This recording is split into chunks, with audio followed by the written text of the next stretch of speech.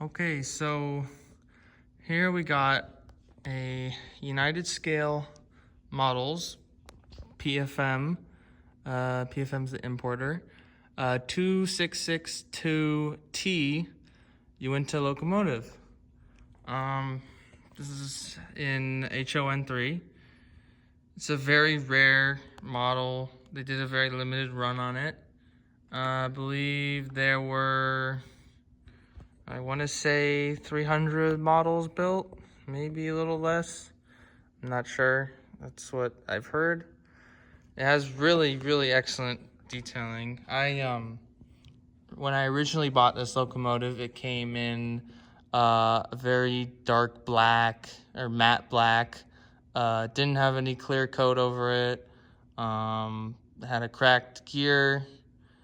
The cracked gear was, if I can point it out well, there's a drive line that goes along here, and there's a gear here, and then one more gear, and then the motor. So it was the gear attached to the drivetrain that was split, and that had to be replaced. I used Northwest short line gears, very useful.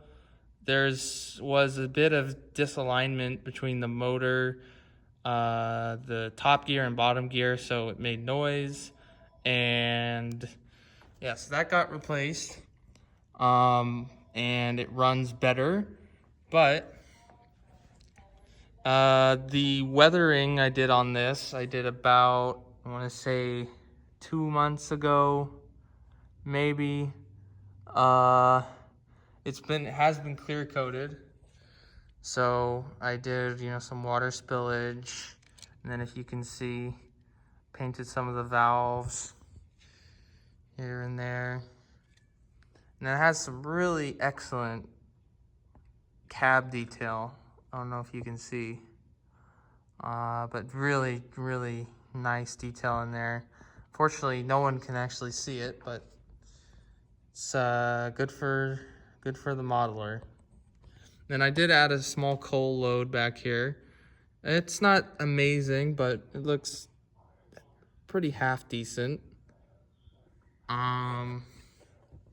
The brass pieces I painted gold.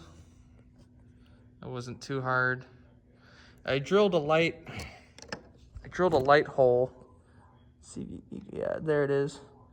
I drilled a light hole for a small micro LED, and I eventually ripped out that micro LED because of how problematic it was being.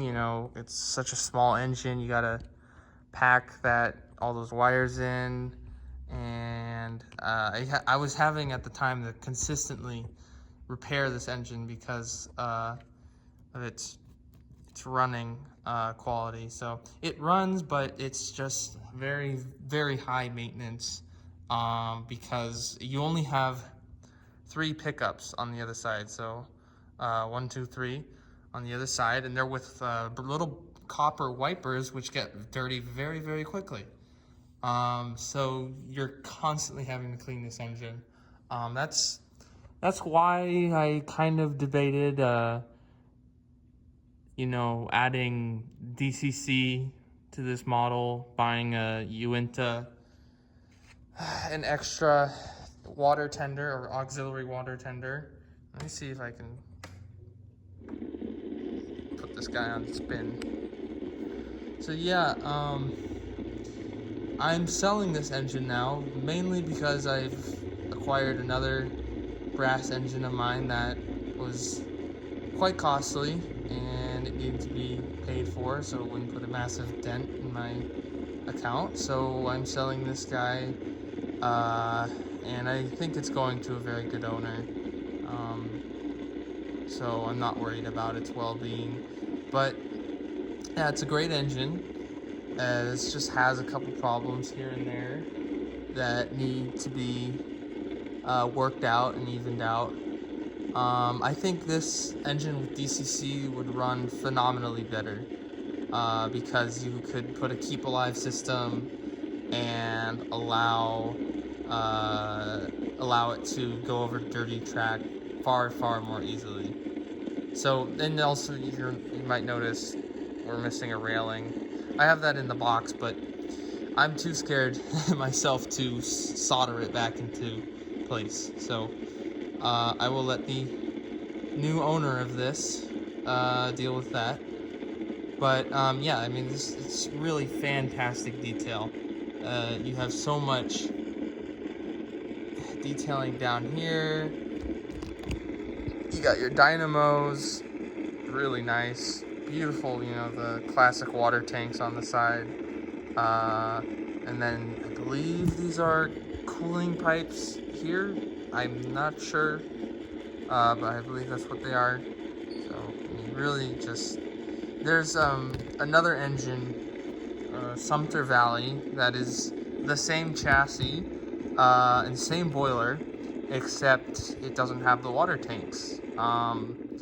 It's a nice model, but it doesn't have even as much detail as this. I don't know why PFM decided to go crazy on this model, but they did an excellent job. I mean, just look at that. It's really amazing. So yeah, that kind of concludes my review of Uintah 51. It's supposed to be 51, but I never got around to decaling it, printing out custom decals. Yeah, it's a great locomotive. I'm definitely sure I'll get one of these again in the far future to have permanently, since I do love narrow gauge. But yeah, great model, really great.